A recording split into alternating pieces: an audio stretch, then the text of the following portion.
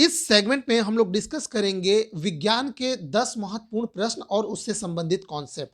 पहला प्रश्न है, ऊर्जा संरक्षण का आशय है कि ए ऑप्शन ऊर्जा का सृजन और विनाश होता है, गलत। बी ऑप्शन ऊर्जा का सृजन हो सकता है, यह भी गलत है। सी ऑप्शन है ऊर्जा का सृजन नहीं हो सकता परंतु विनाश हो सकता है, यह भी गलत है। अंतिम ऑप्शन है ऊर्जा का न तो सृजन हो सकता है और न ही विनाश हो सकता है, यही ऑप्शन इसका सही है। इसी को ऊर्जा संरक्षण का सिद्धांत कहते हैं। इसके अनुसार ऊर्जा न तो उत्पन्न की जा सकती है और न ही समाप्त की जा सकती है, केवल ऊर्जा को एक रूप से दूसरे रूप में परिवर्तित किया जा सकता है। तो इस प्रकार इसका सही आंसर डी पार्ट हो जाएगा। बढ़ते हैं अगले प्रश्न की ओर। प्रश्न नंबर ये सेकंड है, यदि किसी घन के आयतन और पृष्ठ क्षेत्रफल को निरूपित करने वाली संख्याएं समान हो तो उस घन के किनारे की लंबाई की माप इकाई में होगी। देखिए, इस प्रश्न में बोला जा रहा है कि मान लीजिए हमारे पास एक घन है, ठीक है, यहाँ पे एक घन। तो घन में हम लोग सभी लोग जानते हैं कि इस घन को बनाने के लिए कुल 6 पृष्ठ होते हैं, जैसे ऊपर का, नीचे का, दाएं बाएं और उसके पास आगे पीछे। ये टोटल 6 पृष्ठों से मिलकर यह घन बना होता है। और मान लेते हैं कि इस घन की एक भुजा जो है वो 1 यूनिट की है, तो इसका आयतन क्या हो जाएगा, यानी इस घन का लंबाई चौड़ाई ऊंचाई 1 यूनिट का है, तो आयतन हो जाएगा 1⁻³ यानी 1⁻³ जबकि बोला है कि ये आयतन उसके पृष्ठ क्षेत्रफल को निरूपित करने वाली संख्याएं समान हैं। तो अगर किसी भी एक पृष्ठ, यानी ये मान लीजिए ये ऊपर वाला पृष्ठ ले लिए, अगर इसका हम क्षेत्रफल निकालेंगे तो ये इस घन का एक पृष्ठ एक वर्ग बनाएगा, तो इसका क्षेत्रफल 1 × 1 यानी 1 आएगा। लेकिन इस पूरे घन में 6 पृष्ठ हैं, तो 1 को हम 6 बार जोड़ेंगे तो कितना आ जाएगा, 6 आ जाएगा। तो यानी 1⁻³ = 6, यानी 1 = कितना आ गया, 6। यानी जो एक भुजा जो हम लोग 1 यूनिट माने थे वो कितना आ गया, 6 आ गया। तो इसका जो सही आंसर हो जाएगा वो डी पार्ट होगा। बढ़ते हैं अगले प्रश्न की ओर। अगला प्रश्न, हवाओं की ऊर्जा होती है। देखिए, हवाओं में केवल और केवल गतिज ऊर्जा होती है, ठीक है। बी पार्ट इसका सही आंसर होगा। देखिए, ये जितने भी क्वेश्चंस आप लोगों को बताए जा रहे हैं, ये सभी क्वेश्चंस किसी न किसी एक दिवसीय जो वनडे एग्जाम्स होते हैं कंपटीशन के, उसमें पूछा गया है और आगे भी ये पूछा जाएगा। तो इसको आप लोग अच्छे से पढ़िए और इन कॉन्सेप्ट्स को अच्छे से तैयार करिए और इसी कॉन्सेप्ट्स पे बेस्ड हम लोग और क्वेश्चंस करते रहेंगे। आगे बढ़ते हैं अगले क्वेश्चंस की ओर। क्वेश्चन है, वायु शक्ति यानी विंड पावर में ऊर्जा का कौन सा रूप विद्युत ऊर्जा में परिवर्तित होता है। देखिए, विंड पावर अभी अभी हमने डिस्कस किया कि जो हवा होती है उसमें गतिज ऊर्जा होती है, तो गतिज ऊर्जा वैद्युत ऊर्जा में हम लोग बदलते हैं पवन चक्की के द्वारा।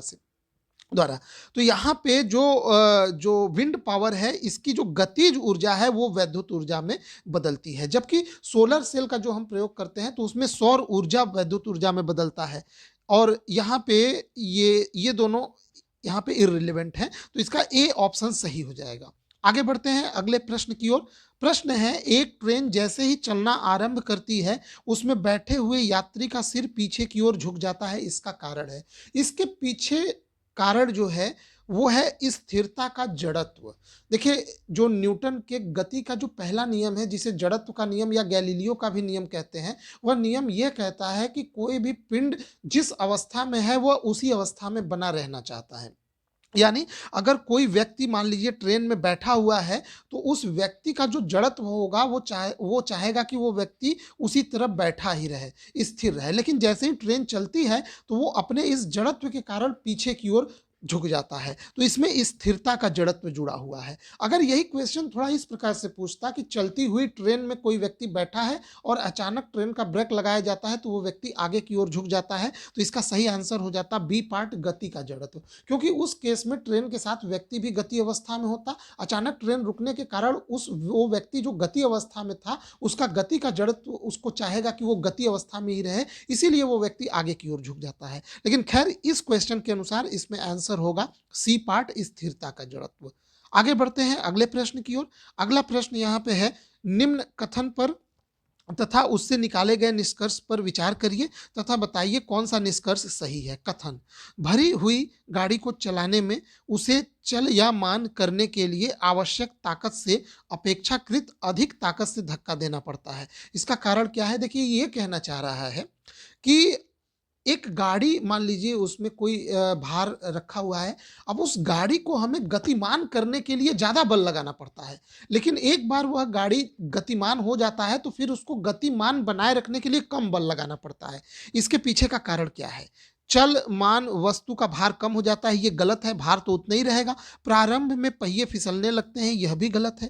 एक बार गाड़ी चल पड़ने के बाद घर्षण कम हो जाता है, ये सी पार्ट इसका सही है। अभ्यास से निपुणता प्राप्त होती है। अभ्यास से निपुणता जरूर प्राप्त होती है, लेकिन इस क्वेश्चन के अकॉर्डिंग ये क्वेश्चन इररिलेवेंट है। लास्ट पार्ट देखिए, जब कभी भी गाड़ी खड़ी रहती है तो उसके पहिए और जमीन के बीच में घर्षण सबसे अधिक रहता है। तो जब हम गाड़ी को धक्का देते हैं तो उस समय हमें घर्षण के अगेंस्ट यानी घर्षण के खिलाफ अधिक कार्य करने की आवश्यकता होती है। और जब तक गाड़ी खड़ी है तब तक उस पर स्थैतिक घर्षण लगता है। जब गाड़ी गतिमान हो जाती है तब उसमें गतिज घर्षण लगता है, और गतिज घर्षण स्टैटिक घर्षण से कम होता है। यानी मैं आपको सिंपल शब्दों में बता रहा हूं कि जब तक गाड़ी स्थिर रहेगा पहिए और सड़क के बीच में लगने वाला घर्षण बल अधिक होता है, लेकिन जब गाड़ी गतिमान हो जाता है तो पहिए और सड़क के बीच में लगने वाला घर्षण बल कम हो जाता है। यही कारण है कि उसके बाद जब हम बल लगाते हैं तो हमें कम बल की आवश्यकता होती है गाड़ी को गतिमान रखने के लिए। यहाँ पे टेक्निकल वे में समझिए तो आप ऐसे समझिए कि जो स्थैतिक घर्षण होता है वो गतिज घर्षण से अधिक होता है। ठीक है, तो मेरे ख्याल से ये आपको अच्छे से समझ में आ गया होगा। बढ़ते हैं हम लोग अगले क्वेश्चन की ओर। अगला क्वेश्चन है, एक मनुष्य स्थिर नाव से 5 मीटर प्रति सेकंड की चाल से कूदा और नाव 0.5 मीटर प्रति सेकंड की चाल से खिसकी। बताइए कि नाव का द्रव्यमान और मनुष्य का द्रव्यमान कितना गुना है। देखिए सुनिए, इसको सॉल्व करने के लिए आप मान लीजिए मनुष्य का द्रव्यमान m1 है, m1 है, और यहाँ संवेग संरक्षण का नियम लगेगा। तो m1 गुणे और मनुष्य का वेग कितना है, मनुष्य जब नाव से कूदा तो वो 5 मीटर प्रति सेकंड के रफ्तार से कूदा, बराबर। अब यहाँ नाव का संवेग हम निकालेंगे तो नाव का द्रव्यमान m2 मान लीजिए और नाव का वेग है 0.5 मीटर प्रति सेकंड। समझ में आया। अब हमें यहाँ पे नाव का द्रव्यमान मनुष्य के द्रव्यमान का कितना गुना है, यानी हमें m2 बटे m1 निकालना है।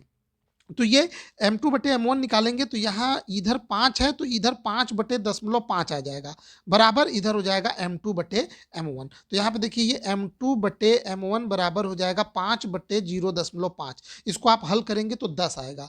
यानी आप समझ पा रहे हैं, m2 is equal to 10 into m1। m1 मनुष्य का द्रव्यमान था, यानी मनुष्य के द्रव्यमान का 10 गुना होगा नाव का द्रव्यमान। तो यहाँ पे सही आंसर हो जाएगा डी पार्ट। ठीक है, इसमें संवेग संरक्षण का नियम से ये क्वेश्चन सॉल्व होगा। बढ़ते हैं अगले प्रश्न की ओर। एक ट्रक, एक कार और एक मोटरसाइकिल की गतिज ऊर्जाएं क्रमशः समान है। यदि समान अवरोधक बल लगाए जाए और वे क्रमशः एक्स वाई जेड की दूरी पर रुके तो देखिए सड़क, आप देखिए ये जो ट्रक है, कार है और एक मोटरसाइकिल है। अब इनकी गतिज ऊर्जाएं समान है, तो अगर गतिज ऊर्जाएं समान है और समान अवरोधक बल लगा रहे हैं तो वो एक ही दूरी पे जाके रुकेंगे, यानी x equal to Y equal to Z. C part इसका सही आंसर हो जाएगा। बढ़ते हैं अगले प्रश्न की ओर। अगला प्रश्न है, दो समान द्रव्यमान की वस्तुएं, ध्यान दीजिएगा द्रव्यमान समान है, दो समान द्रव्यमान की वस्तुओं की गतिज ऊर्जाओं का अनुपात 4:9 है, तो उनके वेगों का अनुपात निकाल। आप जानते हैं गतिज ऊर्जा क्या होता है, हाफ mv²। तो दो पिंड हैं, अब दोनों पिंड के द्रव्यमान समान है तो द्रव्यमान और ये 1/2 को इसको हटा दीजिए, तो यानी एक पिंड का v1² जो होगा बटे v2², दूसरे पिंड के वेग का स्क्वायर, बराबर कितना है 4/9 है। तो v1 बटे v2 कितना हो जाएगा, v1 बटे v2 निकालेंगे तो ये √4/9 आएगा। ठीक है, v1 बटे v2 क्या हो जाएगा, v1 बटे v2 इज इक्वल टू ये अंडर रूट में 4/9, जब ये बाहर निकलेगा तो ये 2/3 आएगा, यानी उनके वेगों का अनुपात हो जाएगा 2:3। तो इसका सही आंसर जो है वो हो जाएगा बी पार्ट। ठीक है, तो ये इस प्रकार से हमने इतने क्वेश्चंस इसमें डिस्कस किए। ये सभी क्वेश्चंस प्रीवियस एग्जाम्स में पूछे गए हैं। ठीक है, और आगे भी ये एग्जाम्स में पूछे जाएंगे। बहुत ही इंपॉर्टेंट क्वेश्चंस है। मुझे उम्मीद है कि ये सेगमेंट आपको पसंद आया होगा। इसी तरह हम लोग और अगले सेगमेंट में 10 नए क्वेश्चंस के साथ मिलेंगे। वीडियो देखने के लिए आपका बहुत बहुत धन्यवाद।